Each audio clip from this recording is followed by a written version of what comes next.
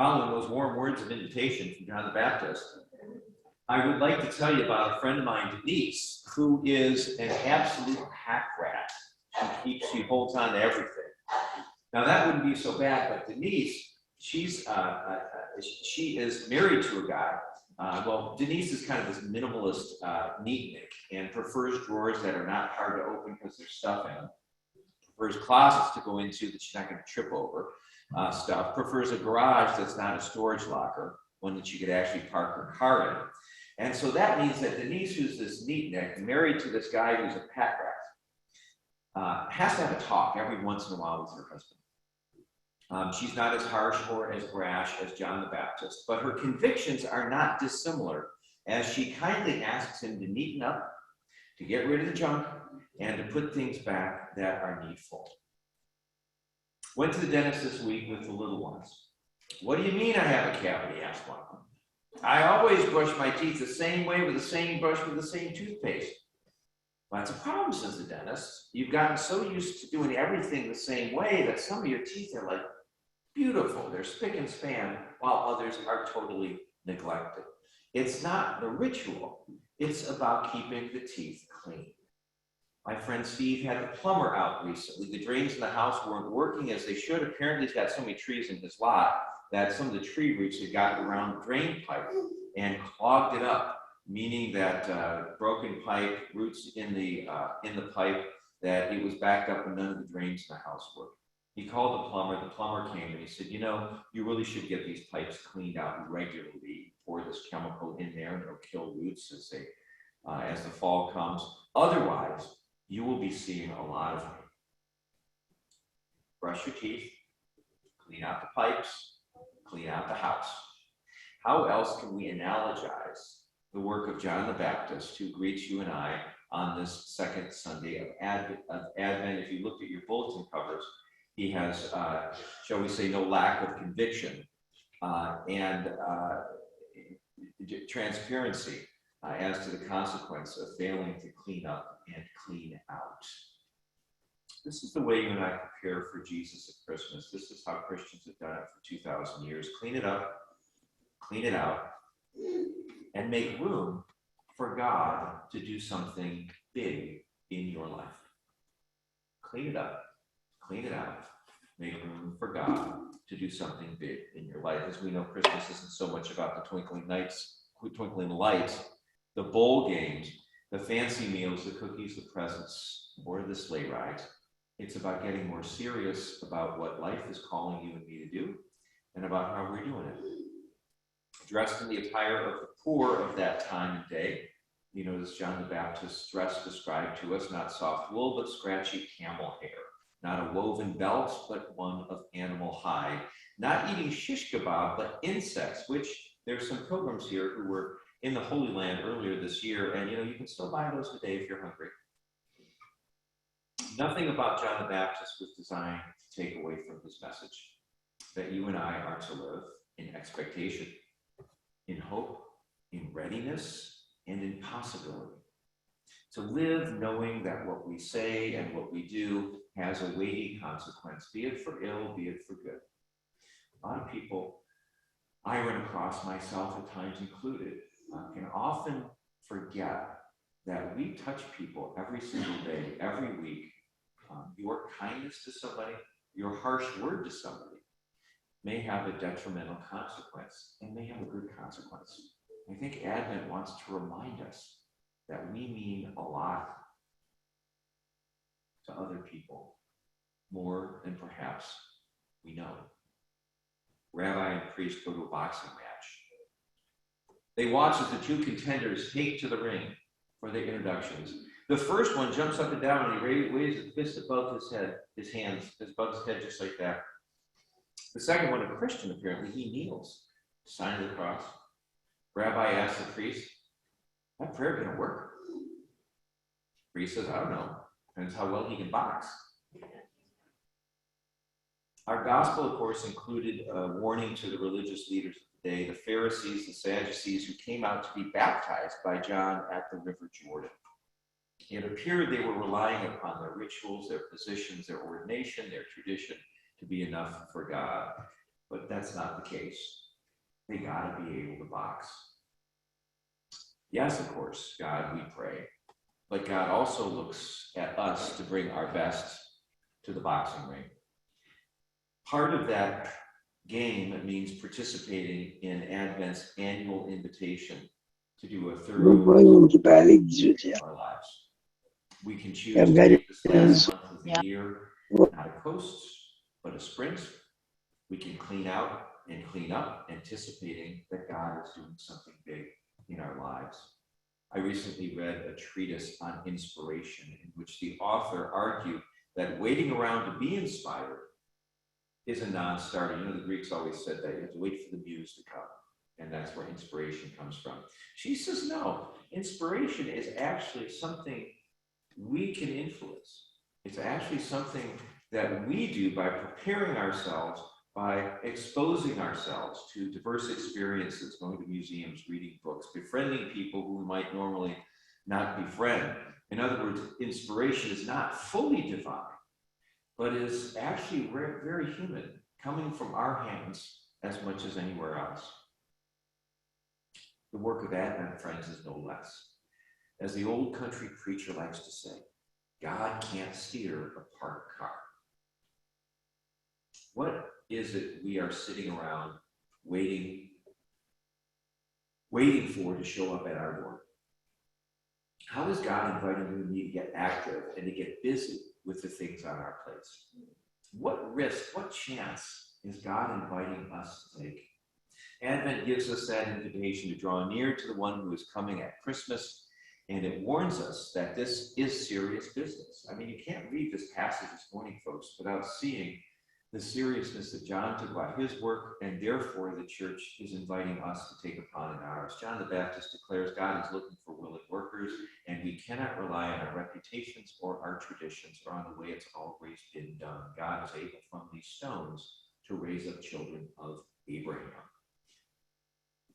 The work is that important, and I was reading this week in preparation for the sermon about what politicians do when they're coming to town. Because I had this question, why did Jesus need John the Baptist? I mean, why not just show up? And if you look at leaders who come to town today, they will frequently have this position called an advance man, an advance team that will go to town. And if you do some studying on this, it's pretty, there's a lot to read. But according to one dictionary in political science, an advance man is charged with all the important duties needed for the success of the person who will follow. Job number one, the advance man has to find a crowd. Job number two, the advance man has to find a good crowd. And number three, he's got to be able to deliver a good crowd to the one who comes so that the message can go out. The advance man prepares the way. The advance man has to clear the way. The advance man has to remove all the obstacles, be they people or things, that would get in the way of the one who is to come and of that message. The advance man does not seek the spotlight. The advance man focuses the spotlight on the one to come so that the message can go out. John's job as an advance man to pave the way. One holiday, the kids were complaining about all the work that goes to hosting a big dinner. Why do we have to sweep up the kitchen?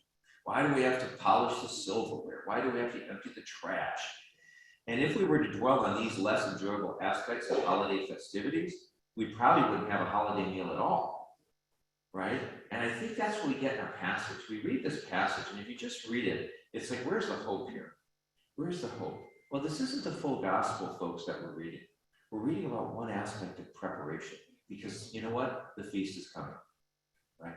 All of Advent can't be considered by looking at this one specific Sunday. These past few weeks, my wife and I have noticed, I don't know about you guys, have you noticed like more road ragers out on roads? I don't know if there are more of them or if I'm just noticing them. But I was driving the other day, and there was this kind of white Jeep in front of me. I don't think it was Jake. White Jeep in front of me. And then there's an Audi in front of him. And for some reason, this Jeep really went past this Audi. It was like 35 miles an hour. It wasn't a freeway. But anyway, so this Jeep finally gets flustered, and as Audi's going the speed limit, I mean, it's not being really slow, and he just like pulls, it's a no passing zone, pulls out, like goes around this barricade, passes the guy, and you know what happens when people do stupid things like that, right? They pull up to the light, and everybody catches them anyway, right? So now they catch up, but the guy he passed is turning right in, so it didn't even matter, right? So I'm wondering, you know, at first, am I the only one who notices this? Doesn't sound like it. And also I'm wondering, why is this guy so angry? What is making this guy so angry? And I started thinking about that. And I remember one definition of anger is grief turned outward. Grief, a real feeling of loss, turned outward. When we lose something, when we grieve something, we're totally out of control. We lost it. And angry things like what this guy did allows him to have some semblance of control. So I wonder, what was that driver of the week? Was he grieving? What was going through his mind? Did COVID dash his dating life? Has the stock market bottomed out for a retirement plan? Did he lose a bidding war for a house, a job, or a promotion? I don't know. Clean it up, clean it out, make room for God to do something big in your life. And that big thing may be a better way for all of us to deal with our grief. All of us are grieving something. COVID and what's left over from COVID, we miss graduations, we miss funerals, we miss so many milestones. People died during COVID without being able to do what they wanted to do. All of us have a lot of grief going on. And how are we going to place that grief? I think Advent invites us to welcome Jesus as someone who bears our grief, and not to go out and driving like a crazy person and taking it out in some other way. We can leave our anger, friends, at the altar. We can leave our displaced grief at the altar. Advent tells us there's somebody coming, and he's going to do something big. And that something big can save a life. That something big can be a way for us to live according to the way of love and not the way of anger. How many of us are in church this morning under the weight of an expectation that's not being met? People who are disappointing us, bodies that are acting up. The world's answer to grief is anger. Get mad, right? Get mad at the government. You know, get mad at those politicians. Get mad at the news media, fake news. Get mad at the people who vote differently. There's a worldly way with dealing with anger, and the way of love and the way of Jesus is not that way. John the Baptist is hailing the arrival of that better way, announcing that this new way of dealing with our grief is suggesting that the one to come can help. This one will preach the gospel of new beginnings. That's why I love one, man. This is our new year, right? Second Sunday into our new year. So this is a time of new beginnings. And so I picked out a poem for you. I know this is the second Sunday in a row. I'm going to end my sermon with a poem. Don't worry, it's not something I do every week. But this poem really struck me. It's called New Beginnings. It's by a guy I love named John O'Donohue. I wonder if you just close your eyes. I'm going to read this for you because it's a bit complicated, but it's really worth it. In out-of-the-way places of the heart, where your thoughts never think to wander, a new beginning has been quietly forming, waiting until you were ready to emerge.